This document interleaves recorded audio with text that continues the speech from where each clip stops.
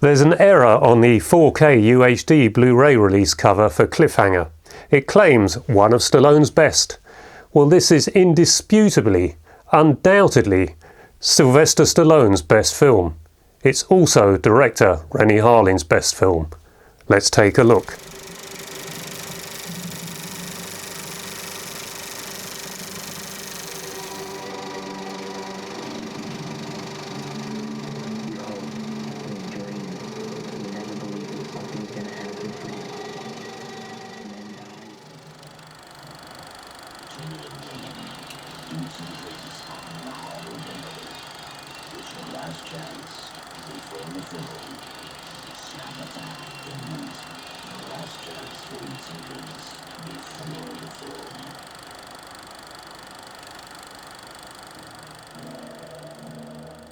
Cliffhanger was hugely popular when it was released in 1993, and I remember there was a clamour for Duran Film Services to get the rights and put out a Scope Super 8 release.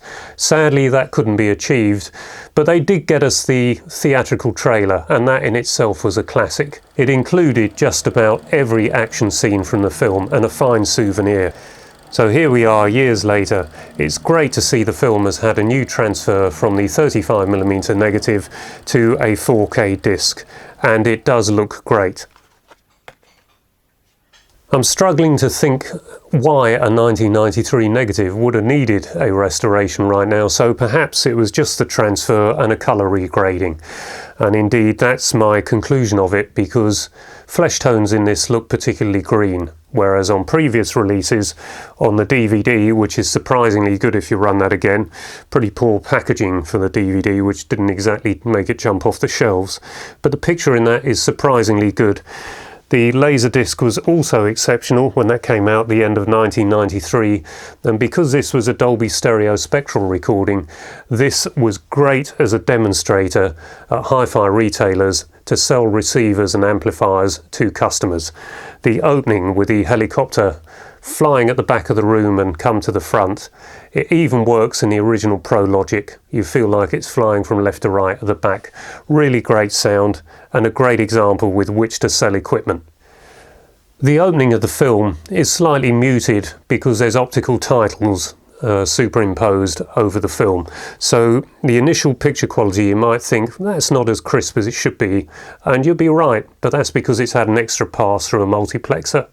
So you have to wait until the titles have cleared, the sun comes out, and Sylvester Stallone has finished climbing up to the couple, Michael Rooker and Michelle Joyner, who anyone who's seen this film knows that the character played by Michelle Sarah, she has a job of going out on the wire and somehow surviving a trip across the wire over a deep ravine.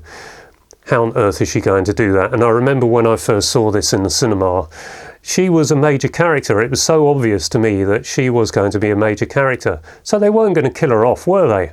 So when she's hanging on that wire by a thread, and they really did have Michelle hanging on a wire, it went up her sleeve to a body harness, and Sylvester Stallone has to go out to rescue her. That really was a brave actress. And also Sylvester Stallone, was he really out there across that ravine? It seems that he was. So me with my fear of heights, which I'm not as bad now, I suppose I've seen this film so many times it's got me used to looking over cliffs perhaps. But I can remember the first time in the cinema, my palms were sweating, my face was sweating. I was getting really ill just watching this opening. But she was a main character. He was going to save her. So when she's finally dropping into that ravine, you think, how the hell is she going to get out of this? So that's the opening to Cliffhanger, and that really does set the scene for a cliffhanger of a film. And as I say, for me, it is Sylvester Stallone's best film.